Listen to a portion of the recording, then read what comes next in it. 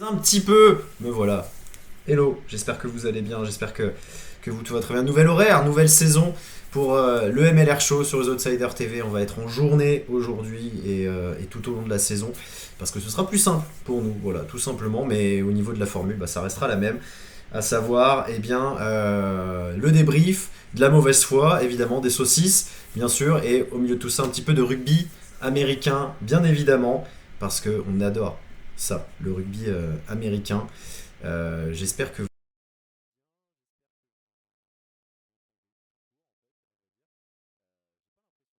Fonctionne très très bien. Si, c'est bon, c'est bon, ça fonctionne.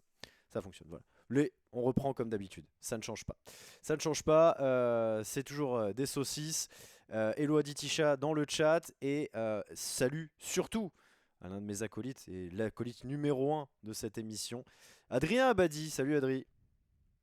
Salut Rémi, salut à tous. Ouais, ça y est, hein, on est reparti pour le rugby On a américain. eu Enfin, peur, on hein. essaye. On verra, on a eu peur. On a eu peur. On va pas être nombreux, on va être 6. Franchise. C'est merveilleux. Et Et, des belles franchises, des belles franchises. Et on espère surtout avoir un championnat, écoute, j'ai envie de te dire, assez intéressant à suivre. Il y a du beau monde quand même. Et puis surtout, il y a quand même, je pense, une idée et un projet à suivre avec beaucoup d'intérêt parce qu'il y a de l'argent investi et j'espère qu'on va surtout beaucoup s'amuser. on va s'amuser. Ça, c'est évident. Ça, c'est évident, on va s'amuser. On a beaucoup de choses à dire, hein, même si, évidemment, bah, cette émission pré-saison, parce que ça commence ce week-end avec un California Legion Anthem qui s'annonce totalement déséquilibré, je pense que c'est le bon terme. On va en discuter de tout ça. On va regarder les effectifs de toutes les équipes. On va regarder un petit peu les CV de tout le monde. Et puis, on va évidemment discuter des nouveautés de cette saison, parce que tu l'as dit, on n'est plus que 6. Vous le savez, vous avez suivi sur les différents réseaux, que ce soit chez nous ou d'autres, ce qui s'est passé entre l'été dernier. Je vais vous le montrer, hein, pour ceux éventuellement qui ne le sauraient pas. Voilà à quoi ressemblait la MLR début 2025. Il y avait 11 équipes, bon, c'était déjà un peu bancal. Ah non, j'ai même mis la mauvaise carte, parce que j'ai mis la carte où, où il y avait déjà eu la fusion et il y avait Miami. Il n'y a déjà plus Miami. Donc voilà, bah ça c'était après la fusion de Los Angeles et de San Diego et la disparition de Miami. Bon, bah, déjà on se disait c'est la merde. Et puis finalement on s'est dit tiens, ça c'est mieux comme ça. Voilà, ils sont plus que 6, ils sont 2 à l'ouest et 4 à l'est. Ça n'avait plus beaucoup de sens. On a quand même gardé un club historique, à savoir Seattle. Le California Legion, il y a San Diego dedans, mais bon, est-ce que c'est encore San Diego? Pas vraiment. Anthem est toujours là, on ne sait pas comment. Old Glory et New England, bien évidemment. Et puis Chicago. Voilà à quoi ressemble cette MLR 2026. Bah, très rapidement, le format. On en avait parlé, hein, d'ailleurs, Adri. On s'était posé la question avec Alex Priam, de savoir quel format il fallait adopter à l'époque où justement il y avait eu la fusion des clubs californiens et la disparition de Miami. Là, du coup, bah, c'est très Ouais. simple. On aura une poule unique. Match aller-retour face à tout le monde à domicile à l'extérieur. Donc 10 matchs au programme. Et les 4 premiers seront en demi-finale. Il n'y avait pas d'autre chose à faire de toute façon. Ouais, bah quand tu nous as montré la carte, justement, quand on en avait parlé, c'était resté 8 franchises. On avait parlé à peu près de ça, hein, de toute manière. On avait dit qu'il fallait des matchs aller-retour, une poule unique, arrêter cette histoire de conférence qui avait pas trop de sens avec une conférence où tu avais 6 équipes, une autre où tu en avais 5. Je pense qu'en effet, il fallait se recentrer, faire un truc avec un format basique et puis on est dessus, hein. Donc voilà, on va voir. Il y a eu vraiment beaucoup de changements et puis j'ai hâte de voir ce que ça va donner. En tout cas, on va pouvoir le suivre. On va pouvoir le Ça fait suivre. Mais vraiment, on a eu peur, hein. On a quand même perdu Utah, vainqueur de la saison régulière l'année dernière. Club ouais, historique, franchise historique de la MLR. oui, On a perdu Houston, finaliste de la saison dernière, vainqueur de la conférence Ouest et finaliste de la saison dernière. On a donc perdu Miami, qui s'était qualifié pour les playoffs pour la première fois. On a perdu Nola Gold, là aussi, franchise historique qui avait passé à travers la saison dernière, mais qui était quand même là depuis le début. Et on a donc eu la fusion entre Los Angeles et San Diego, là aussi un club fondateur de la MLR, qui ont donc fusionné ce California Legion. On va en reparler quand on verra le CV de cette équipe, parce on a préparé des petites choses sur chaque équipe, évidemment, au-delà de l'effectif. Euh, on a donc ces 6 équipes. Je voulais très rapidement, parce que on n'en a pas parlé, on n'a pas fait le débrief total de la saison, même si on avait fait avec les copains de sport en France, que l'on salue et qui diffuseront encore les lundis une rencontre de chaque semaine de MLR avec nous d'ailleurs. Euh, on sera là pour commenter ça avec Adri en alternance de temps en temps. On n'a pas évoqué, c'est l'équipe type de la saison dernière. Donc je mets ça à l'image. Je mets ça à l'image et on va débriefer ça très rapidement, Adri, puisqu'on va vite se tourner vers la saison 2026. Une équipe type où il y a, bon, c'est pas une surprise, il n'y a aucun joueur d'Anthem. Là, jusque-là, il n'y a rien d'anormal. Et sinon, je crois que toutes les équipes sont représentées, représenté. hein. Si je dis Ouais, pas de bêtises. Parce que je moi vois aussi. devant, ouais, il y a du Manu Ardao pour Miami. Je crois que. Non, je crois qu'il y a. Si, il y a Seattle aussi. Il y a Seattle aussi. Donc, Jackie Scarrow, Liam Coltman, Pono Davis, Frank Locori, Nathan Dennett, Manu Ardao, Wayne Conradi, Brad Wilkin. Devant, c'est très solide. Ouais, Je vois pas qui mettre d'autre. Il y a des mecs qui sont très bons, notamment en troisième ligne. Il y avait du Corey Daniel, évidemment. Il y a eu du. Ouais, il y avait du monde, hein. De toute façon, il y avait. J'ai plus son nom, le mec de New England aussi qui était très solide, mais bon, ils ont choisi Conradi. Il n'y avait pas grand chose à faire. On n'oublie pas que Jackie Scarrow joue en top 14 maintenant, il est au Stade français. ouais, Donc bien sûr. ça dit quelque chose de son talent. Il n'y avait pas grand chose de plus à mettre, je pense que tu es d'accord. Non, non, ouais, moi je suis assez d'accord sur cette équipe. Et ce qui est bien, c'est qu'en plus, il y a des joueurs du coup qu'on va pouvoir retrouver cette saison Exactement. malgré le départ à la retraite de certaines de nos franchises. Il y a quand même beaucoup de joueurs qu'on va retrouver dans des franchises. On va pouvoir en reparler tout à l'heure là, mais c'est vrai que c'est des joueurs qu'on va prendre plaisir à retrouver. Et je pense qu'ils méritent totalement leur place dans cette équipe. Franck Locoret, qui était vraiment la révélation l'an passé au poste 4, meilleur plaqueur du championnat. Exactement. Largement en Euh, plus, hein. ouais, de très loin. Il tourné à 20 plaquages par match, le mec. Le mec, c'est un sécateur. Le mec est littéralement un découpeur de tête. Non, non, en plus il était propre. Et on va passer sur la ligne arrière très rapidement avec une super charnière Bertranou-Ilzenbeck. Je pense que là il n'y a rien à dire. On a le meilleur réalisateur d'un côté et puis Bertranou qui a été très très bon tout au long de la saison, qui a été un dynamiteur exceptionnel, qui a mis pas mal d'essais. J'ai plus les stats en tête. Au centre, Billy Mix, Divan Rousseau. Bah, Divan Rousseau, c'est un peu le seul mec de Seattle qui a été très bon tout au long de la saison.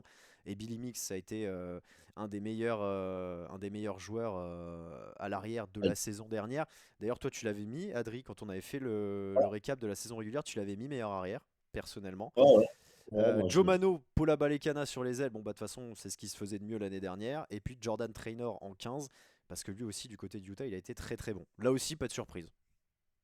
non, bah honnêtement, là, c'est des joueurs qui ont surnagé. Après, tu as des mecs qui auraient pu y prétendre et peut-être faire leur apparition là-dedans. Mais honnêtement, Billy Mix, Ivan Rousseau, je vois pas qui on peut mettre à la place. Chris Beck qui porte Chicago quasiment seul en passé. Et puis Joe Mano qu'on va retrouver. Jordan Traynor, on va le retrouver aussi. Et c'est des mecs qui Exactement.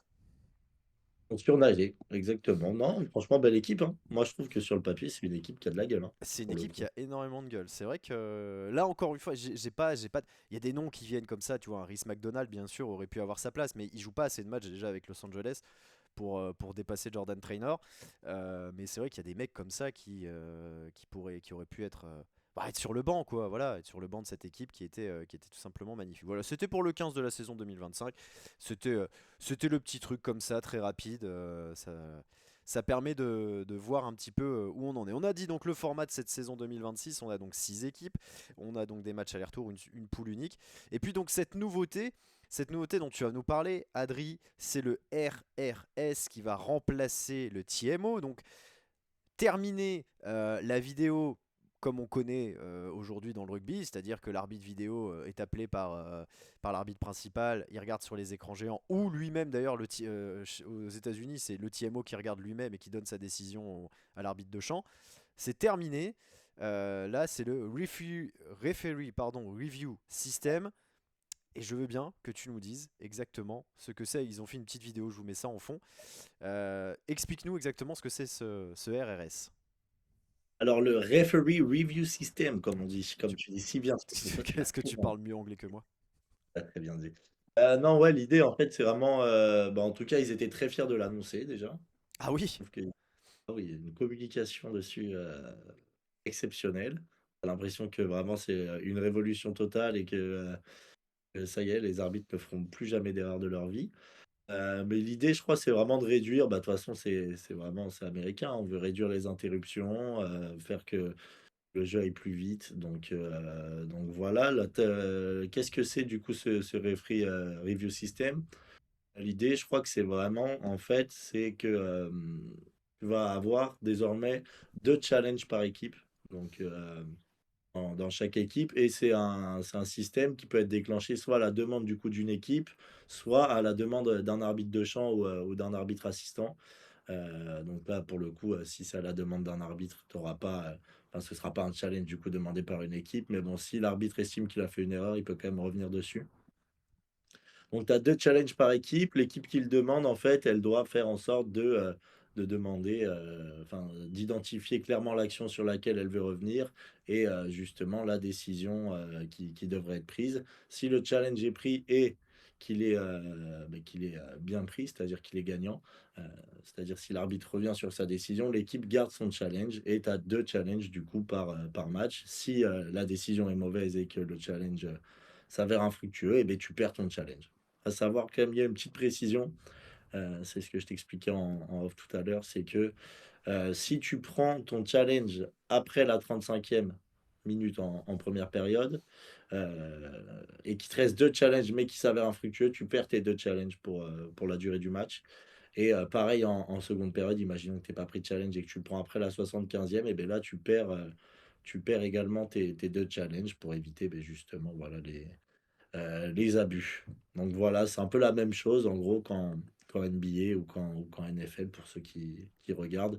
Et puis voilà, c'est assez intéressant de se pencher là-dessus. On essaye de responsabiliser peut-être un peu plus les coachs et les équipes et du coup de couper un peu toutes ces interruptions du HMO qui parfois peuvent être assez longues et infructueuses. Voilà. Bah écoute, merci, c'est très très clair. D'un point de vue perso, qu'est-ce que t'en penses par rapport à notre TMO? Quand je dis notre, hein, c'est un autre général. Qu'est-ce Hein. Bah, moi qui suis beaucoup la NBA, j'ai envie de te dire, en vrai, c'est quelque chose qui fonctionne assez bien en NBA. Ça évite notamment, en effet, des abus et tu responsabilises vraiment le coach de l'équipe. C'est-à-dire que finalement, si tu as une décision qui peut être vraiment lourde de sens dans les dernières minutes et qu'il te reste un challenge, si tu le poses au bon moment, et ben, tu peux être rapidement récompensé. C'est-à-dire que sur une action litigieuse qui peut te faire basculer un match dans un sens comme dans l'autre. Imaginons par exemple la pénalité de Thomas Ramos en finale de Coupe en demi-finale de Coupe du Monde. Ben, si tu estimes qu'il part avant et que tu veux revenir dessus, eh ben, tu poses ton challenge, quoi. Là, ça peut te changer un match. Ça peut changer, en effet, en effet. Là où le TMO, s'il le voit pas, il va pas rappeler le. Ah, si le TMO ne le voit pas, il ne le voit pas. En revanche, là, toi, tu peux poser ton challenge et dire, ah ben là, j'estime qu'il y a une erreur. Et puis là, ben, on le sait, hein. Hmm. Ça peut se jouer à 3 match de rugby. Ça joue, j'entends. Est-ce qu'il n'y avait pas un peu cette obligation pour la MLR? Parce que on l'a dit, ça part à volo depuis l'été dernier. On l'a dit, c'est pas forcément des problèmes financiers, c'est avant tout un souci, on va dire, de gouvernance. Et certains clubs, tout simplement, n'étaient pas contents. Certaines franchises n'étaient pas contentes de la manière dont les choses se passaient. On peut penser à Miami ou à Houston ou Nola encore, hein, qui continue son programme rugby. Pas au niveau MLR du coup, mais à un niveau plus bas et notamment avec les filles. Euh, Est-ce qu'il n'y avait pas un peu cette obligation avec ce RRS de réadapter un peu le rugby à la sauce américaine, histoire de montrer un petit peu pas de planche auprès du public? Je sais pas si je vais un peu loin.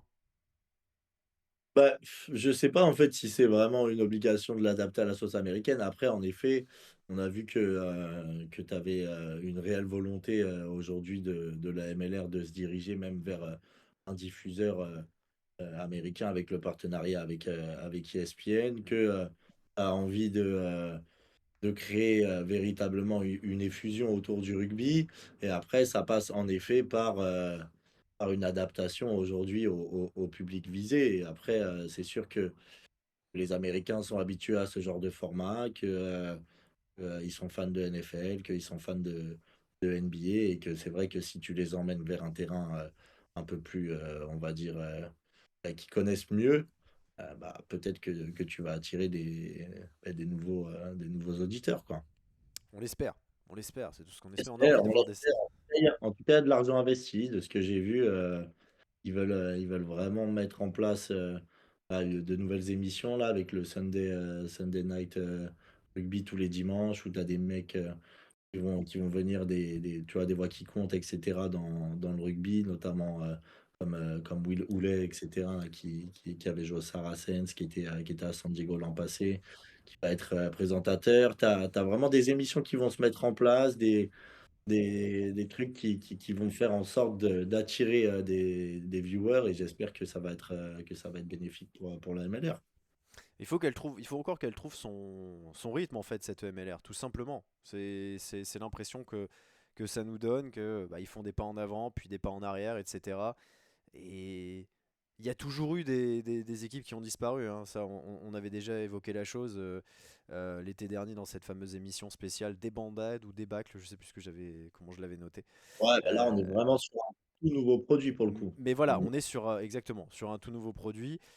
T'en as parlé, ça c'est un truc sur lequel ils ont énormément communiqué, même plus que la saison presque en elle-même. C'est ce fameux match du dimanche soir qui sera diffusé sur ESPN. Alors je crois que c'est ESPN 2, hein, c'est pas ESPN premier. Ouais, c'est ESPN2 et ESPN+. Voilà, c'est ça. Donc, Il y a ESPN Plus aussi pour. Donc voilà, ça reste quelque chose d'important. On l'avait déjà dit l'année dernière, on l'avait noté l'année dernière parce que c'était un pas en avant. Là, ils vont un petit peu plus loin encore parce que en gros, il y a cette case du dimanche soir qui est une case importante pour le sport et on va voir jusqu'où ça ira. Évidemment, il faut redonner envie à certaines équipes de revenir. Il faut relancer peut-être quelque chose. De toute façon, ils vont continuer jusqu'à 2031, voire même 2033, la Coupe du Monde féminine à minima. Il faut que ce soit pérenne à ce moment-là, parce que sinon ce sera évidemment très très compliqué. Voilà pour ce RRS, voilà pour ce qu'on pouvait dire de cette saison. Après, au niveau des, du règlement, ça ne change pas, hein. On a toujours eh bien, ce carton rouge de 20 minutes, plus l'entrée d'un joueur pour compenser derrière. On aura toujours la zone où il n'y a pas besoin d'aplatir l'essai. L'essai sera à 7 points si on aplatit entre les poteaux. Et puis le bonus offensif, c'est 4 essais ou plus, évidemment. Le bonus défensif, c'est 7 points ou moins. Comme au niveau international, tout simplement. Voilà, vous savez tout sur cette EMLR 2026. Maintenant, il ne reste plus qu'à regarder les acteurs. Et là, on va se marrer. Il y a quand même une chose que j'ai envie de dire, parce que du coup, j'ai fait tous les effectifs, je les ai tapés sur chaque équipe. Il y a un bon côté, c'est vraiment un gros, entre gros guillemets, Adri, je sais pas ce que t'en penses, à avoir 6 équipes, c'est que du coup, comme il y a des joueurs qui se sont retrouvés sans club, ils ont signé pour certains dans certaines franchises, et du coup, ça resserre un peu le niveau. ah bah, pour le coup, on va se retrouver, c'est vrai, avec 6 équipes qui ont un niveau, en tout cas, j'ai envie de dire, peut-être plus homogène. On pense notamment à Anthem, qui était vraiment, on le sait, hein, qui était dans les bas-fonds de la MLR, 2 saisons, toujours aucune victoire et il se retrouve quand même avec des joueurs qui, sur le papier, peuvent être très intéressants, notamment certains joueurs qui étaient, même dans l'équipe type l'an passé. Eh oui, ça c'est bien teasé ça. Ça c'est très bien Ouais, teasé. Il est fort. amené, Il est c'est très vrai. fort. Allez, justement, on va commencer par Anthem, on va faire par ordre alphabétique. Voilà, donc le petit CV d'Anthem, la fondation 2024. Enfin, c'est pas la fondation, hein, c'est le début de la première saison, hein. Alama et Yeremia, qui est toujours le coach de cette équipe, ils évoluent au American Legion Memorial Stadium. T'as vu comme je me suis donné, hein. Ouais, J'ai préparé, hein. J'ai vraiment bien bossé, hein, c'est sur. fourni, en fait. C'est beau, quoi, les petits dessins et tout. Ça tombe bien, c'est pas souvent que je fais des trucs un peu sympas. La saison 2025, j'ai mis compliqué parce que voilà, hein, ça sert à rien de tirer sur l'ambulance. Sixième de la conférence Est, ça on le savait, 0 victoire, 16 défaites, tu l'as dit, hein, 32 défaites en 32 matchs de MLR, hein, même Dallas. L'ogre de cette MLR. Comment? C'est l'ogre de cette MLR, comme L'ogre on de dit. cette MLR, vraiment l'équipe que tu n'as pas envie d'affronter, tout simplement, parce qu'elle est tout simplement trop forte, tout Et simplement, en oui. thème rugby, qui a battu le record de défaites consécutives en MLR, qui était détenu par Dallas. Je sais plus combien c'était, ils l'ont battu en milieu de saison dernière, je crois que c'était 20 ou 21. Ils sont à 32, Ouais, donc bon, ils ont c'est pulvérisé ce 22. record. À voir Ouais, bah, quand est-ce qu'ils vont enfin la gagner, mais c'est sûr que ah le ouais, jour où ils gagnent.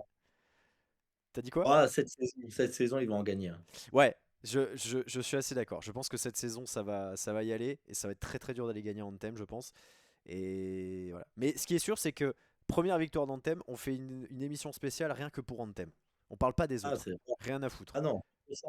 Que C'est ça, on enlève les bonnets d'âne, on met les chaînes, on fait feu d'artifice, etc. exactement, exactement. Allez, on va aller voir le profil de cette équipe. Alors c'est dégueulasse, on voit rien sur les joueurs principaux. Voilà, j'ai sorti en bleu bah, les joueurs habituels, ou en tout cas, même s'il y en a des nouveaux, les joueurs qui sont un petit peu moins parlants. Mais du coup, j'ai noté quelques noms qui ressortent et qui ressortent très très mal. C'était une mauvaise idée, vous m'en voudrez pas. Donc en pilier, j'ai sorti Telea Ilalio. En demi-mêlée, j'ai sorti Zion Going qui était à Utah. Will Leonard au centre qui arrive de Los Angeles, si je dis pas de bêtises, ou C'est de Houston. dégueulasse, hein, ce que t'as fait. Ouais, non, c'était pas une bonne idée. C'était pas une bonne idée. Magnifique. Et en ailier ou arrière, Malakai Esday, l'ancien de Seattle, et Jordan Traynor, tu en parlais, ancien, enfin joueur qui était présent dans le 15 2025, qui arrive de Utah aussi. On a une très très grosse équipe à l'arrière parce que donc on l'a dit, Going arrive pour être, si c'est pas titulaire de toute façon, ce sera remplaçant de Safodienne. Ça fait une belle doublette en demi de mêlée. On a toujours au centre Junior Gaffa et Eric Storti qui sont parmi les meilleurs jeunes. Et Will Leonard, c'est une très très bonne recrue. On a Mouniam qui était déjà là. Et puis plus Esdale et Traynor, on a une ligne arrière qui est pas dégueu. Ouais, non, mais même plus que pas dégueu. Honnêtement, tu te retrouves, c'est ce que j'avais souligné. Tu prends quand même certains joueurs bah, de nos équipes de cœur respectives, hein. On retrouve Exactement. des joueurs de Utah et des chats-sabres. Il nous Feu manque déjà Chassabre. Rip, feu chat-sabre. Et oui, Jordan Traynor, vrai ajout quand même à cette équipe dans le thème. Je suis un peu déçu quand même parce que j'ai vu que tu n'avais pas mis en avant un des talonneurs de cet effectif dans le thème. Seth Smith, Seth c'est Smith. vrai que j'ai oublié de mettre Seth Smith en avant. Exactement, c'est le jeune, Et c'est le Viking. Eh oui, oui, mon Viking quand même. exactement.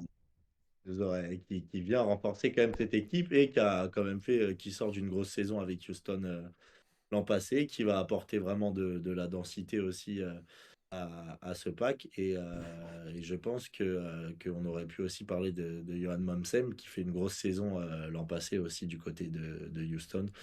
Et vraiment, ça va rapporter de la densité, un impact vraiment physique à ce pack aussi d'Anthem. Et puis derrière, qui va être parfaitement complété par les ajouts de Zion Going et de Jordan Traynor. Non, franchement, cette équipe d'Anthem, elle n'est pas si dégueu sur le papier. Après, voilà, euh, Ah, t'as reste ça parce Anthem. que Houston et Utah disparaissent. Sinon, tu les as jamais, ces mecs-là. Mais ils ont bien pioché, faut le dire. C'est bien pioché, c'est bien fait. Écoute, on verra comment ils vont réussir à les ajouter dans cet effectif. Et puis, s'ils arrivent à construire quelque chose de solide, on en sera les premiers avis. Ouais, bah oui. Ah On aime oui, bien cette équipe ah, on leur veut du d'Anthem. bien, quoi. On peut pas les détester, c'est pas possible. Tu peux Non. détester Chicago ou New England ou Seattle, mais tu peux pas détester Anthem. Tu peux pas détester le dernier qui perd tout. Ah C'est oui, impossible. on tire pas sur l'ambulance, mais là, c'est même plus une ambulance, là, c'est un corbillard. C'est con. On n'oublie pas, hein, Anthem est en relation avec la Fédé, donc en plus, pour certains joueurs, c'est intéressant de signer à Anthem parce que bah, t'es dans le giron de la Fédé, t'es pas en contrat fédéral, mais quasi. Et pour aller jouer en sélection, bah, ça peut être intéressant. Un Seth Smith qui a quoi, 20 ans, 21 ans, pas plus, qui de toute Ouais. façon fait partie, à mon avis, des mecs qui sont le futur des Eagles. Bah, c'est plutôt intéressant de jouer à Anthem et du coup d'être quasiment en lien direct avec la Fédé. Là, oui, on l'a toujours dit, c'est un peu le laboratoire de Exactement. cette équipe américaine où tu essayes de faire évoluer des jeunes et puis si tu peux les encadrer avec quelques cadres, c'est aussi bénéfique. Ouais, là aussi, il y a des bons cadres, hein. Voilà pour cette équipe d'Anthem. Là aussi, il y a des cadres. On passe chez la deuxième équipe. C'est l'équipe de Chicago, les Chiens, que je vais évidemment soutenir de tout mon cœur désormais, vu que Utah a disparu. Première saison en 2023. Une saison où on avait diffusé d'ailleurs un match de Chicago, une victoire contre Utah. Ils avaient battu Utah. Ça avait provoqué d'ailleurs l'élimination en playoff de, de nos chers Joe Manos Friends. Chris Latham est toujours le coach. Il joue au SeatGeek Stadium. SeatGeek Stadium qui accueillera la finale de la MLR 2026 d'ailleurs. Ça a été annoncé. Et Ouais. Chicago qui jouera un match aussi à domicile à Nashville. Voilà, une petite délocalisation. Pas du tout à côté, hein. On est très clairement pas du tout au même endroit. Mais voilà, c'est important à signaler. Ça veut dire que ça se voilà, ça augmente un petit peu et que la notoriété du rugby en Amérique augmente assez pour que ça puisse s'exporter un petit peu dans des états où on l'attend pas forcément. Nashville, on pense pas forcément au rugby. Donc voilà c'est plutôt intéressant. Au niveau du bilan 2025, finale de conf, battu mochement par New England avec cette pénalité de Chris Hilzenbeck qui touche le poteau à la dernière seconde. Ils avaient fini deuxième de la conférence Est, justement derrière New England. 11 victoires, 5 défaites. C'est la saison régulière, hein. Je ne vais pas compter les playoffs. Encore une saison très solide de Chicago, tout simplement, qui a une pénalité de jouer la finale très rapidement, Adri. C'est une équipe qui a été très forte dès le début, qui a eu un petit moins bien un petit moment, mais qui globalement a toujours été très solide. S'ils battent New Ouais. England en finale de conf, c'est pareil. Et après, bon, bah, ça aurait été un Houston-Chicago. On aurait eu déjà un champion, un nouveau champion. Mais en fait, cette pénalité, si elle rentre, c'est la même chose. Enfin, eux ou New Ah, bah England, non. aujourd'hui, enfin, l'année dernière, il n'y a pas de différence entre les deux. Alors, il n'y a pas de différence, mais après, si elle rentre, c'est pas pareil, du coup. Ouais, tu vois ce que je veux dire. Tu vois ce que je veux dire. Oui, oui, oui, tu veux dire. Non, mais c'est Quoi. j'ai un peu du mal avec cette phrase-là. Si, c'est comme, ouais, si elle est dedans, c'est pareil au foot. Ouais, mais Non, bon. ce que je veux dire, c'est que, je veux dire, t'as le même ressenti si Chicago C'est passe sûr. Ce qui est ce sûr, match. c'est qu'en effet, cette équipe de Chicago, l'an passé, a répondu plus que présente et qu'en effet, heu, ils auraient mérité tout autant que New England leur place en finale de MLR et que, je pense qu'on va encore une fois pouvoir, compter sur eux cette saison, pour répondre présent. Parce que, c'est une équipe, je trouve qu'on a quand même très tendance à sous-coter, quoi. C'est-à-dire qu'on on les voit toujours comme les 3e, les 4e, alors qu'en vrai, je pense que c'est une équipe qui peut vraiment jouer, les premiers, tu vois, les premiers rôles dans cette Mm. MLR et on voit cette saison que je pense, moi, c'est ceux qui peuvent se rapprocher, le plus un peu de ce que l'on est, c'est-à-dire, des outsiders, quoi, pour aller chercher, C'est peut-être, magnifique. et ouais, Le ouais, roi des ouais, transitions. Vraiment aujourd'hui, ouais. le roi des transitions, Adrien Abadi. On va aller sur l'effectif justement parce qu'il est très très solide encore. Alors oui, tu as perdu The Butcher qui est parti, tu as perdu Augsburger qui a pris sa retraite. Mon cœur saigne évidemment, mais il y a du monde pour remplacer. Bon, c'est les nouveaux joueurs, c'est toujours aussi dégueulasse, m'en voudrais pas, je vais les donner du coup. Thomas Beckerman au talon, c'est un très très bon remplaçant, on peut le dire. Puis derrière, il y a toujours Jackson Zabirek qu'on a vu l'année dernière faire deux trois très belles perfs. En deuxième ligne, tu as récupéré Nathan Dedunt, ancien du 15 de la saison l'année dernière, ancien de Houston, bien sûr. Adri, ça te parle. Santiago Grand fan. Videla à l'ouverture, sachant que tu as déjà Ilzenbeck et que tu as Risbota aussi. Donc, tu as quand même trois très bons 10. Au Ouais, centre, tu as récupéré Tian Lutz et Tavitello Petit de Seattle et de San Diego, avec toujours bonne Olivier. Ouais. bonne pioche. Et puis, avec Nathan Dennett, pour moi, c'est la meilleure arrivée. C'est Brock Webster qui arrive de New England, qui arrive avec son titre de champion, qui sera à l'arrière, avec toujours Peyton Wall et Noah Brown sur les ailes probablement. Il y a une équipe qui est très solide. En troisième ligne, c'est toujours aussi bon. Mason Flesh, Mac Jones, Manu Albert, Mato Uru, Lucas Rumble. T'as de quoi faire deux troisième lignes magnifiques. Il y a toujours des mecs très solides devant. Wilton Rebolo, qui arrive de Los Angeles, qui était passé par Houston aussi en pilier. Charlie Abel était déjà là. Bon, il y a une équipe qui en gros est très très solide. Le petit moins que je vois, c'est à la mêlée, en demi de mêlée. Ouais, ouais, il te manque un bon dynamiteur en fait. Il C'est manque un ça, gars pour envoyer vraiment du jeu et pour un peu justement nourrir cette ligne arrière. Où, tu l'as dit quand même, tu te renforces avec l'arrivée quand même pour moi, de deux joueurs qui font une très très grosse saison l'an passé, Brock Webster et Tavite Lopetegui, qui vont faire beaucoup beaucoup de bien à cette équipe. Et puis devant, déjà, on connaissait la puissance en fait de ce pack exactement. de Chicago. On a souvent insisté dessus l'an passé. Comme on dit, c'est des chiens, c'est des mecs qui lâchent rien. Et puis là, tu te retrouves avec Nathan Den Haut en plus qui fait quand même une très très grosse saison l'an passé. Qui en fait est surtout quelqu'un qui va permettre, je pense, à ce pack de rester ultra conquérant. C'est un mec qui met les mains sur tous les ballons. Il est toujours juste, toujours bon. Et je pense que en fait, tu gardes la base très solide qu'avait Chicago l'an passé et tu rajoutes finalement des joueurs finalement d'expérience en fait et qui vont pouvoir apporter encore plus de densité et de qualité à cet effectif. Mm. Je suis relativement d'accord, c'est ça. Tu as des joueurs d'expérience. Tu as quand même un effectif qui est relativement jeune, hein. En troisième ligne, c'est pas vieux du tout. À l'arrière, c'est très très jeune, hein. Ça a de l'ordre de 25-26 ans. Mais tu as quand même des joueurs d'expérience, encore une fois. Bon, moi, la mêlée Basca et Deas, je trouve vraiment pas ça très bon. Mais Faible la mêlée. c'est bon, voilà, on verra ce que ça donne, mais en tout cas, il y a une équipe qui est très très solide. On l'a dit, Dylan Fawcett est parti, Nate Oxberger est parti, ils ont pris leur retraite après de très bons et loyaux services, que ce soit à Chicago ou dans le reste de leur carrière. Dylan Fawcett a remporté le titre avec New York, si je dis pas de conneries. Donc voilà, c'est deux légendes de la MLR qui sont parties, faut le dire, hein, qui étaient toutes les deux à Chicago. Mais il y a de quoi faire. Et Chicago, on le verra tout à l'heure. Chicago dans les classements, parce que du coup, on s'est amusé à faire nos petits classements, notre petit top 6 de la saison. Ouais, puis Chicago. on a toujours été très bon en pronostiqueur, on le sait.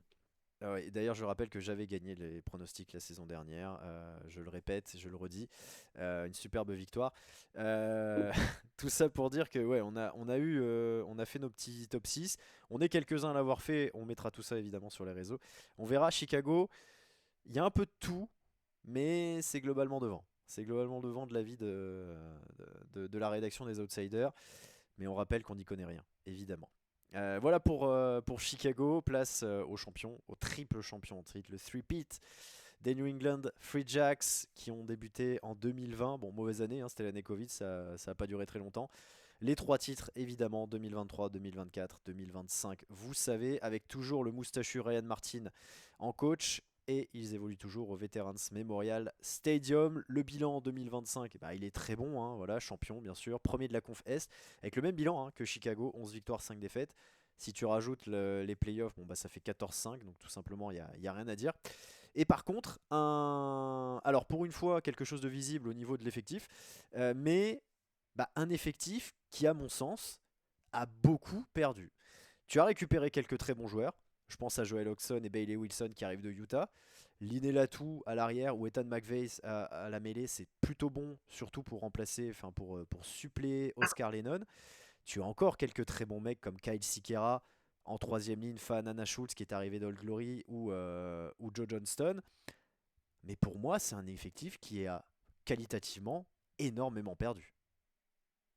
Ah, en fait, c'est surtout que c'est un effectif qui, là où les autres se sont vraiment renforcés, celui-ci, à part l'arrivée de Joel Hudson, qui je pense aurait pu également lui figurer justement dans les petits jokers sur l'équipe type de l'an Tout à passé, fait. parce qu'il a quand même d'une très très grosse saison avec Houston. Bah déjà, on le voit hein, dans les ouvreurs, c'est le seul. Oui. Donc, déjà, tu es un peu quand même t'es relativement court sur ce poste-là. Et, euh, et puis c'est vrai que là où toutes les autres équipes, on l'a dit, se sont renforcées avec le départ à la retraite de nos équipes de cœur, bah celle-ci, bah finalement, c'est pas du tout renforcé. C'est-à-dire que t'as personne. Et t'as perdu En plus, Potrose. Bon, il y a passé toute la saison dernière sur le flanc, donc à la rigueur, tu l'avais déjà perdu l'année dernière. T'as perdu Andrew Cotrin, le talonneur, le international canadien. Tu as perdu Paula Balekana, accessoirement meilleur joueur de la saison dernière, ton meilleur ouais. marqueur d'essai depuis toujours. On l'a dit, il y a Bank Webster qui est parti aussi, alors que ça aurait pu être un des nouveaux visages de cette équipe des Free Jacks. Tu as toujours Ouais. un duo Le Sage Vanderbank au centre qui est très très solide. Le Sage qui peut d'ailleurs jouer à l'ouverture et qui, je pense, sera l'ouvreur numéro 2 quand Hudson sera indisponible. Rhys McDonald aussi. Tu avais perdu Rhys McDonald l'année dernière. Et il y a un moment, enfin moi je vois les trois talonneurs, Caleb Geiger, Sione Tupu, Cyril Kama, ça fait pas rêver, hein, même en deuxième ligne à côté de Fonda Delsen, je trouve ça un peu léger. Après, Moi, cette équipe de New England, vraiment, elle me fait pas rêver. Après, j'ai envie de te dire, c'est le New England, bon, c'est le problème. New England. On sait que Ryan Martin il est capable de faire des très gros trucs. Et puis l'année dernière, d'ailleurs, la saison commence très mal la saison dernière, hein. Tu perds tes trois premiers matchs, je crois, sur les quatre premières journées. Alors c'était beaucoup à l'extérieur. Puis finalement, les mecs sont revenus et ils sont allés au bout. C'est une équipe de playoff, hein, de toute façon. Et je vois pas un monde, je sais pas ce que t'en penses, où ils sont pas dans les 4 à la fin de la saison. Ah, on verra. De toute façon, on a fait les On a classements, fait donc les on en paris. parlera.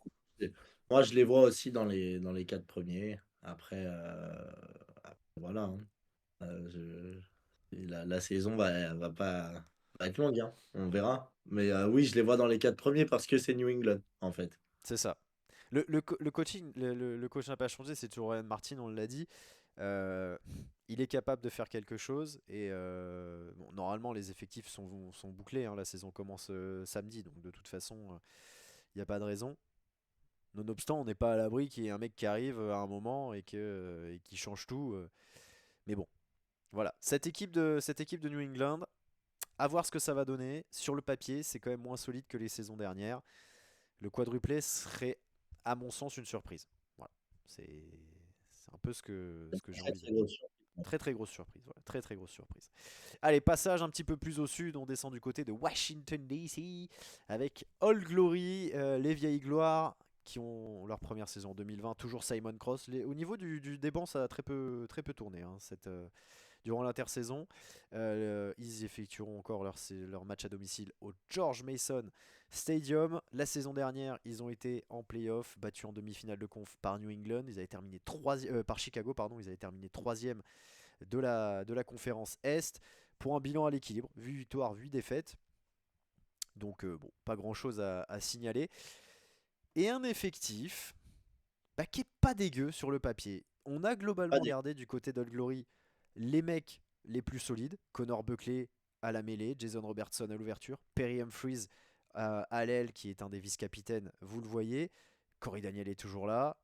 On a toujours également Kirby Mill et Tevita Nakali. Et puis on a rajouté quelques mecs très solides. Paul Mullen en première ligne. Ben Bonasso, Semi Kunatani en troisième ligne qui ont donc profité donc, de l'arrêt de Miami et de la fusion de Los Angeles et de San Diego pour récupérer Kunatani. Et puis à l'ouverture, Max Schumacher, ancien de Houston. C'est pas dégueu. Ouais, Schumacher qui joue plutôt même, qui a joué quasiment toute la saison l'an passé à l'aile, hein, quand même. Oui, oui, il peut jouer partout de toute façon. Schumacher, il peut Mais, jouer. mais oui, on sait ses qualités d'ouvreur également, mais Ouais, ils l'ont mis ouvreur, hein. C'est pour ça que je l'ai mis là, hein. J'ai pas pris le parti de le décider de finir 10. Je me suis basé sur ce qu'avait publié All Glory, hein. Je fais pas de zèle, moi, hein. Je suis les règles.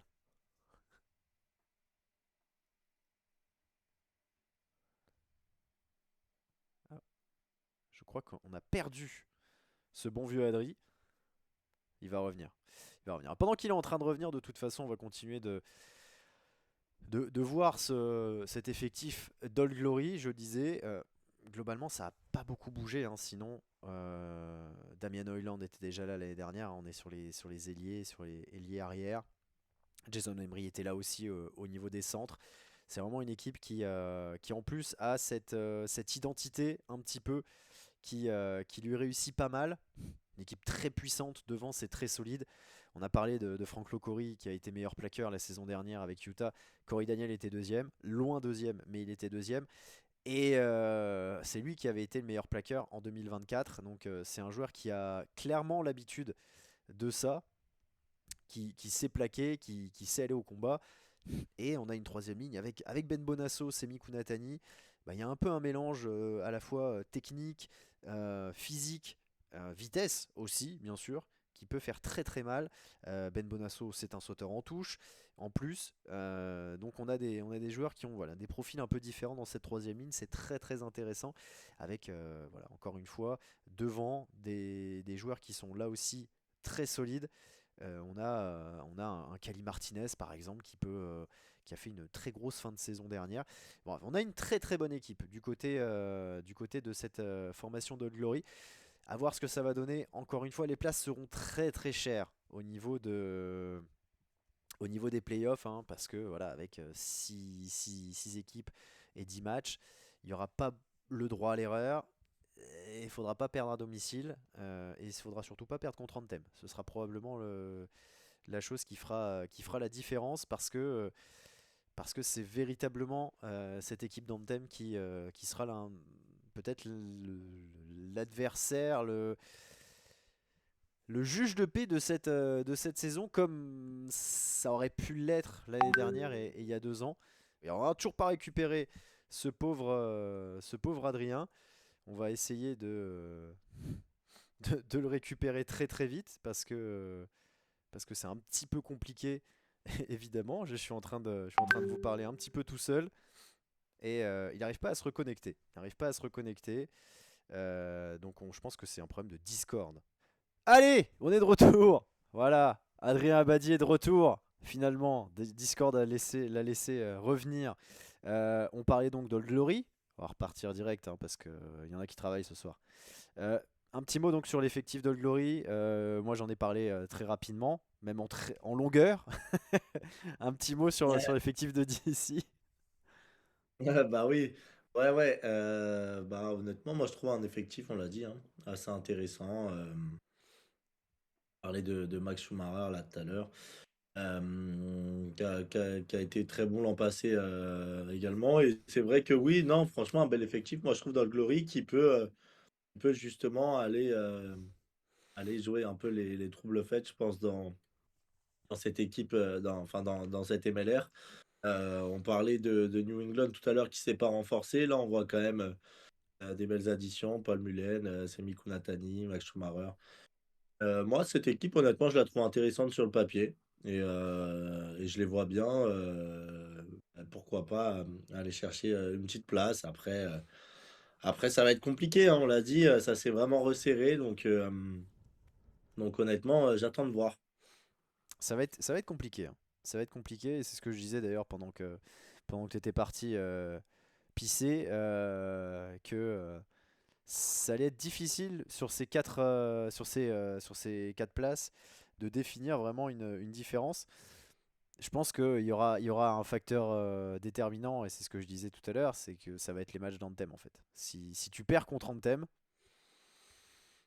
quoi qu'il arrive, hein, même si Anthem gagne 2-3 matchs, ça fera la diff à un moment. Ouais, sauf si Anthem se retrouve deuxième du championnat à la fin de la saison. Si Anthem est deuxième, perdre contre Anthem n'aura pas changé grand-chose. Mais par contre, si Anthem perd, il n'y aura pas grand monde qui aura raison dans le top 4. Non, ouais. Ça, c'est pour dans quelques instants. On va passer à Seattle, équipe qui est fondatrice de la MLR, une des équipes fondatrices, qui a remporté les 2 premiers titres en 18 et 19, toujours coaché par Allen Clark et qui évolue au Starsfire Sports Complex. Du côté, je sais plus quel est le nom de la ville exacte, ça j'ai oublié. Demi-finale de conf l'année dernière, difficilement quatrième de conf, qui s'est battu avec San Diego jusqu'au bout pour aller chercher cette quatrième place. Et vous le voyez au niveau du bilan, on est sur un bilan un petit peu meilleur que le Glory, hein, 8 victoires, 1 nul et 7 défaites, mais c'était globalement mitigé. Et puis au niveau de l'effectif, ça reste du très bon. Il y a eu des très grosses recrues. Je vous les ai mises en bleu là justement parce que Lyndon Moss, Red Ellingois, Kutzer, en gros ils ont récupéré tout Houston. Ils André sont allés Warner, chercher mes chouchous. exactement, exactement. Plus Dorian Jones à l'ouverture. c'est quand même un très très gros recrutement. À voir si, avec les Dan Creel, Divan Rousseau ou Rino Herbst qui sont toujours là, la mayonnaise peut prendre. Mais Seattle, ça peut être très dangereux. Et en même temps, personnellement, je mets un gros point d'interrogation. J'arrive pas à savoir où les situer. Bah, c'est très dur. Déjà, faut quand même souligner que ouais, alors oui, tu récupères des gros joueurs, mais déjà, par exemple, Davy Kodzer, il va jouer combien de matchs cette saison? Le mec, c'est mon chouchou, je l'aime hein, et je l'adore, mais il est quand même très souvent blessé. Mm. Va falloir voir comment, en effet, tu peux les ajouter à une équipe qui a déçu l'an passé. Pour moi, honnêtement, ils m'ont quand même Très ils m'ont clairement. déçu toute la saison. Je les attendais beaucoup plus haut. J'avais des grosses attentes pour eux. Et honnêtement, ils font pas une belle saison.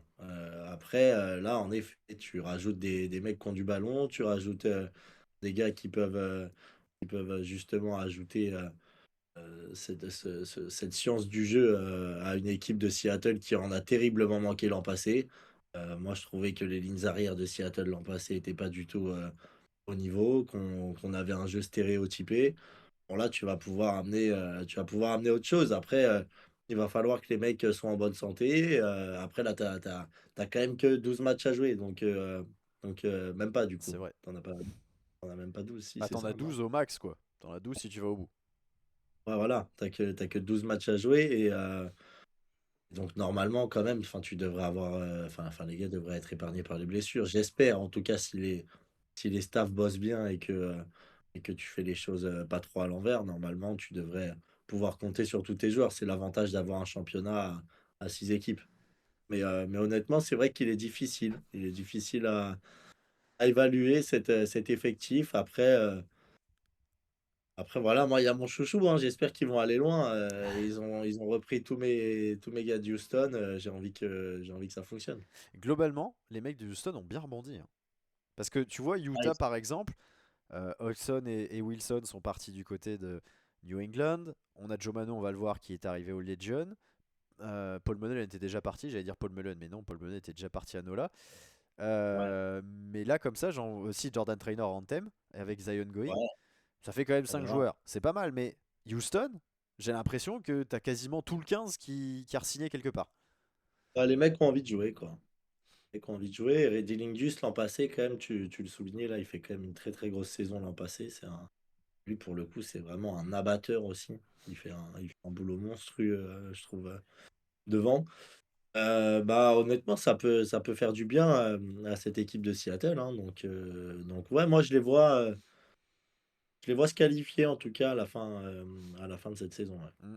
Ça va se jouer, je pense, avec DC. Mais ça, on verra dans quelques instants, évidemment. Voilà pour l'effectif de Seattle. On va aller vers bien la vraie nouveauté de cette saison, du coup, le California Legion, qui est le fruit de la fusion du rugby Los Angeles et du San Diego Legion. Première saison donc en 2026. C'est Stephen Hoyles qui sera le coach.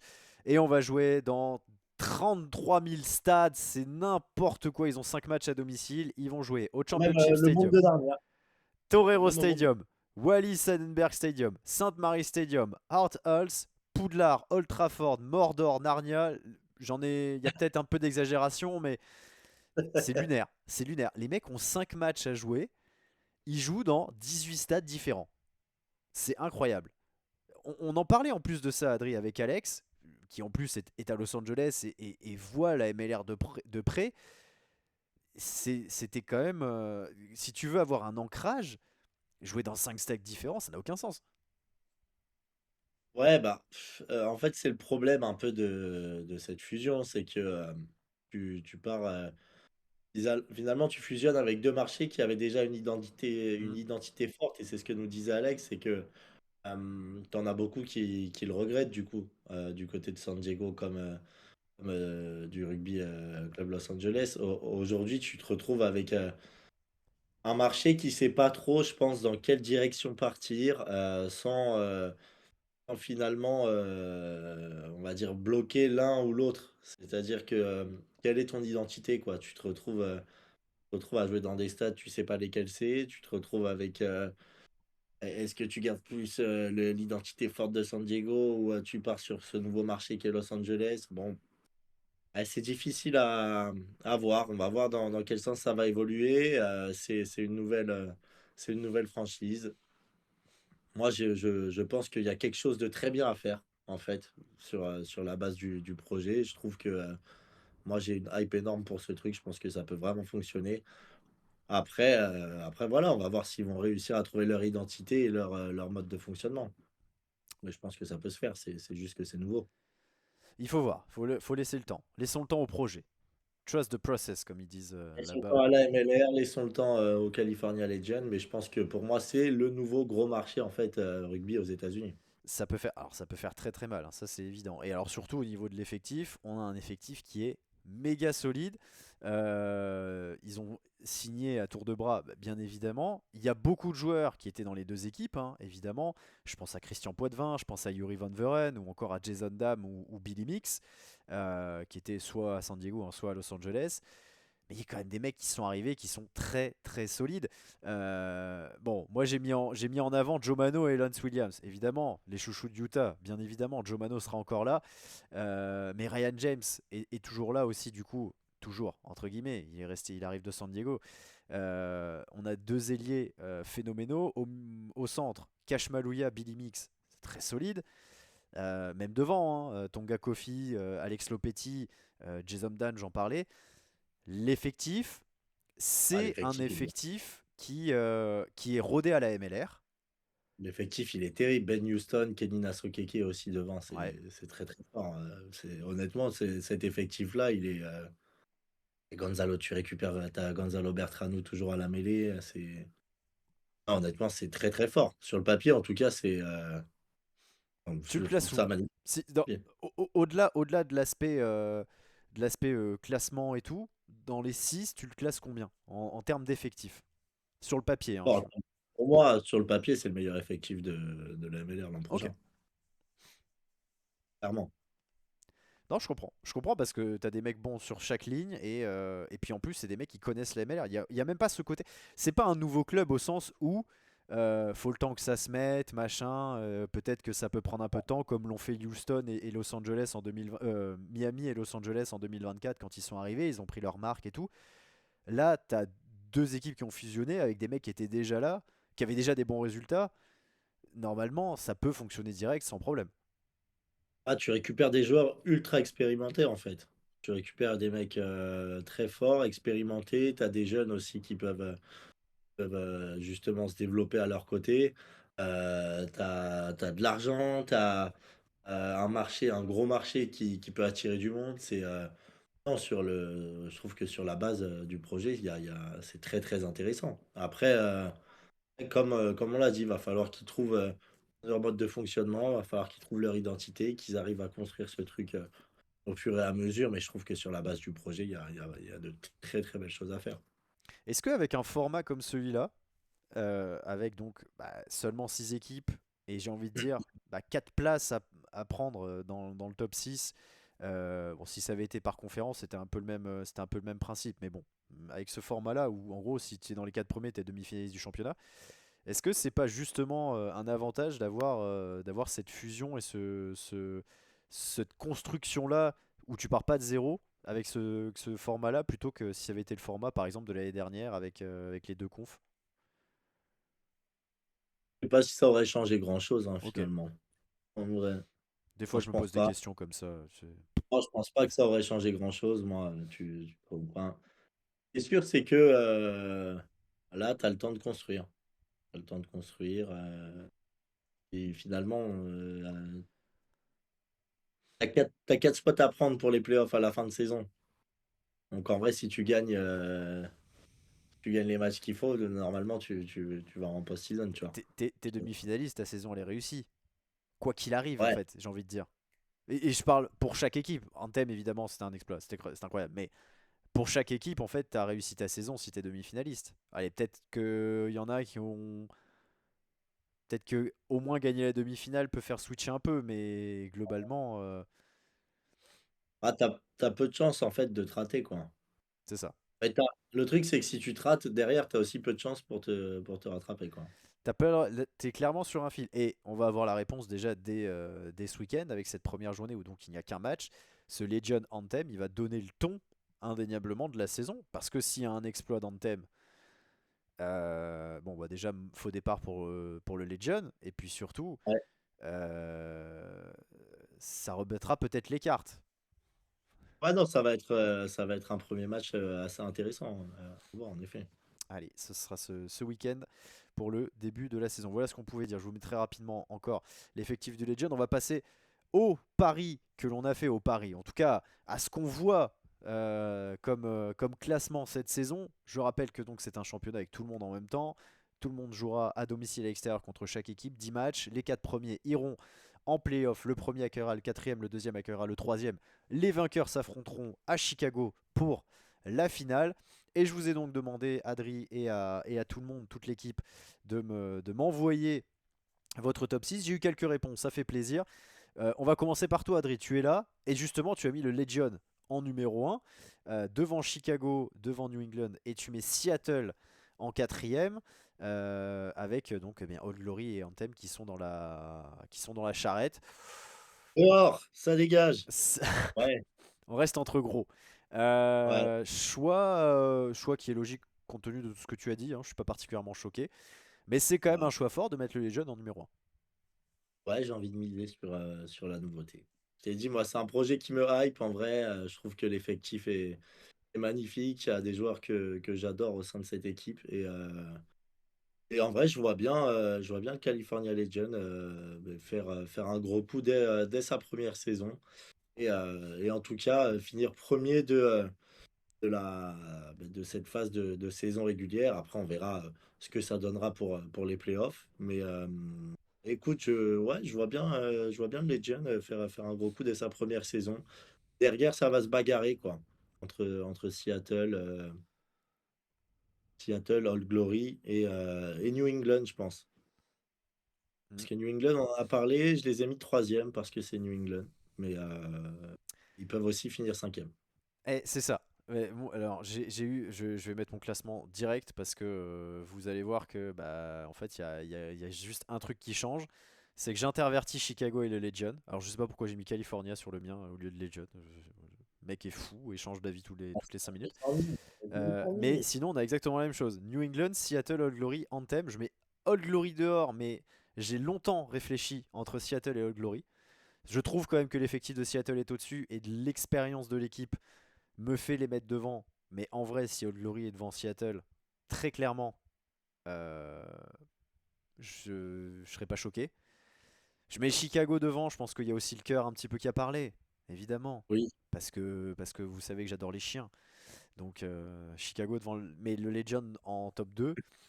Et tu sais que je vois plus New England sortir de ces quatre que Seattle, par exemple. Ok, ok. Mais je pense qu'on les met 3 parce qu'on les met très bas de par l'effectif. Mais en même temps, comme c'est New England, comme tu l'as dit il y a quelques instants, Ouais. on peut pas se dire on va les mettre 5. En fait, on peut pas se dire ça. Oh, c'est pas possible, ils sortent d'un sweep it. Tu peux C'est pas les mettre c'est pas possible. Les cinq. Lakers en 2003, ils sont pas sortis en saison régulière. Donc Non, bah non, ça n'existe pas, en c'est pas effet, ils possible. finiront pas. Je suis d'accord. Bon, on va aller voir chez les gens qui ne sont pas là. On va pouvoir casser du sucre sur leur dos. Je pense que ça va te faire plaisir. On va commencer avec Antoine Mazer. Alors Antoine Mazer, il nous met New England devant. Voilà, il nous met New England vainqueur de la saison régulière. Devant le Legion, on a encore le Legion dans le top 2. Chicago est 3. Et il sort Seattle. Voilà, il sort Seattle. C'est Old Glory qui passe en 4. Et Anthem en 6. Bon, ça, je vais vous spoiler tout de suite, ça va pas changer. Après, Ouais, tu peux mais finir sixième si tu gagnes 3 matchs. C'est une saison réussie quand t'es Anthem. Mais déjà, si on gagne un côté Anthem, on dirait que c'est ce une sera saison déjà réussie. réussi. Ouais, c'est vrai. C'est vrai, c'est vrai. On va un peu se taire parce que je rappelle que l'année dernière, ils sont pas passés loin de gagner leur premier match. À partir du moment où on a dit ils vont en gagner un dans les Ouais, 2 prochains, ça a faute, le ma faute. blackout complet. Moi, je leur ai porté l'œil parce que je les ai vus vraiment trop beaux, je pense. Je crois d'ailleurs Et à c'était avant un match partir contre Seattle d'ailleurs que t'as vu. à partir du moment où j'ai dit: «Ah mais là, dans 2 matchs, ils auront 10 points», et ils ont plus marqué un seul point. C'est qu'en plus ils ont plus marqué le moindre point, Il y avait même plus de bonus, plus même rien, plus de donc bonus offensif. catastrophique. Euh, Ils les voient un petit peu haut, non, les Free Jacks? Ce bon vieux Antoine. Ouais, mais peut-être qu'il a pas regardé les équipes aussi. C'est pas impossible, hein. Ouais. On est clairement sur quelque chose qui est tout à fait possible, indéniablement. Indéniablement.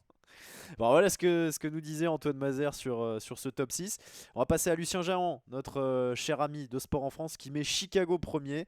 Et je lui fais un gros bisou rien que pour ça.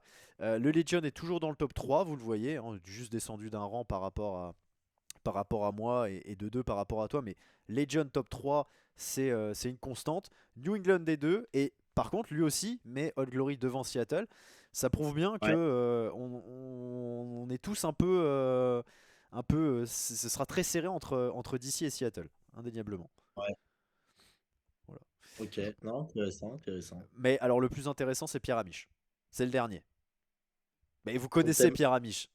son thème 1er du classement, il a mis, Ah, Pierrot. non, il est pas fou à ce point. Mais alors Pierre Amiche a mis New England premier, je vous le mets tout de suite. Et il met Old Glory en 2 et il sort le Legion. Voilà, je vous laisse OK. découvrir. Donc New England Old Glory, Seattle Chicago. Et il sort, bon bah Anthem est dernier, et il sort le California Legion. Ouais, Il y a il a pas beaucoup à regardé dire sur ce top 6, je pense. les blaireaux. Blaireau, il a pas regardé les équipes, Pierrot. C'est sûr. Je pense qu'il a raté 2 3 trucs, c'est pas possible autrement. Ah, il y est allé au culot. Il y a au culot, il a dit. Il y a que ça. Je pense qu'il y a que Ah ça. oui, Parce que très clairement, voilà, c'est le tirage de la Ligue des Champions, en fait. Il a pris des boules et puis il a fait il un a fait un classement tirage avec. au sort. Ouais, c'est Ouais, possible. ah Ouais, bah, je sais pas. un peu. Déjà, le All Glory 2, je le trouve très haut. Le New Ouais, England premier, bon, admettons, entendons-le. le Legends 5e aussi, c'est quand même engagé quand Et tu le vois leur Legion équipe. 5ème, c'est. Quand tu Je- vois leur équipe, c'est quand même. Bon, après. On est d'accord que c'est moins choquant de mettre le Legion 5ème que New England. Ouais, presque. Après, New England, je comprends dans l'idée. Tu vois, c'est ce qu'on disait tout à l'heure, c'est New England. Bon, allez, ils ont tout gagné. Ça fait 3 ans qu'ils gagnent. On va les remettre là. Mais je n'y crois pas. Je n'y crois pas du tout. Non, j'y crois pas non plus. J'y crois pas non plus. Moi, je crois à aucun classement. Je pense qu'il n'y en aura aucun de bon à part Anthem. Il faudra voir. En tout cas, c'est bien. C'est cool. C'est que personne n'a le même exactement. Nous, on est très proches. C'est juste qu'on a interverti Chicago et le Legion. Mais après, Ouais. on a quelques New England devant, mais pas toujours. On a un Chicago devant avec Lucien. Mais pareil, lui, il sort Seattle. Enfin, ils sont tous différents. Après, on le répète, hein, on n'y connaît rien, Rémi, hein. Mais si, on est les numéros 1 de la MLR en France. Bah, on est les seuls, mais on est les numéros 1 quand même. Ouais, c'est vrai Ça que c'est compte. pas mal. Ça compte. Bon, voilà ce qu'on pouvait dire sur cette présentation de la MLR. Samedi, Legion Anthem, voilà, pardon, je perds mes mots. Pour la première journée et la deuxième, enfin, la première semaine, la deuxième semaine, il y aura 3 matchs comme d'habitude. Semaine prochaine, peut-être pas d'émission. En fait, c'est très simple. On a toujours envie de faire cette émission tier list des maillots. Ça sort au compte-gouttes. Je comprends rien à leur travail au niveau capitalistique. Pourtant, je crois que c'est quelque chose d'assez important de sortir les maillots et merchandising est assez important aux États-Unis. Mais pour l'instant, ça sort un peu chez certains. J'ai vu qu'Anthem avait sorti le sien il y a 2 3 jours. Idem pour le Legion. Mais tous ne sont pas Ouais, encore sortis. On attend qu'il y ait tout. Et on se fera une émission tier list des maillots. Si ça il y a sort déjà, d'ici la semaine prochaine, on l'a fait. il y a déjà des choses à dire, hein. Il y a déjà des choses à dire, hein, parce que le Legion, il fait l'unanimité et pas dans le bon sens. On en parlera, on en parlera. Ouais, on aura l'occasion d'être un peu plus précis là-dessus. Si tout est sorti, si les 10 maillots sont sortis, si les 12 maillots sont sortis, pardon, on fera ça mardi prochain et on débriefera le Legion Anthem. Vu qu'il n'y a que ce match-là, s'il n'y a que ça à débriefer, on s'en passera et on partira dans 2 semaines pour faire la semaine 2. On reparlera évidemment du Legion Anthem d'ici là, enfin un petit peu à ce moment-là. Et puis on espère trouver un moment pour la tier list des maillots parce que c'est très important pour nous évidemment, parce que nous sommes très mauvais en sport, mais nous avons aussi très mauvais goût. Et ça, c'est important que les gens le sachent. C'est Oui, très important. on est fort. Merci beaucoup, mon Adri, d'avoir été là. Je te libère dès maintenant. On va faire un peu de montage, hein, parce que pour le replay, on va éviter d'ici, ils vont sauter. Voilà. On va, pas... on va passer de New England à Seattle sur le replay et c'est parfait comme ça. Ah, Merci ça. encore. Et Mais puis, je t'en bah, prie. et Allez, puis merci à bah, toi. à la semaine prochaine ou dans 2 semaines. Et puis à vous aussi, n'hésitez pas sur YouTube, sur Instagram, sur TikTok, sur Twitter. Vous pouvez nous poser vos questions et réagir à tout ce qu'on fait sur la MLR et autres. Ciao ciao, très bonne journée. Allez, ciao.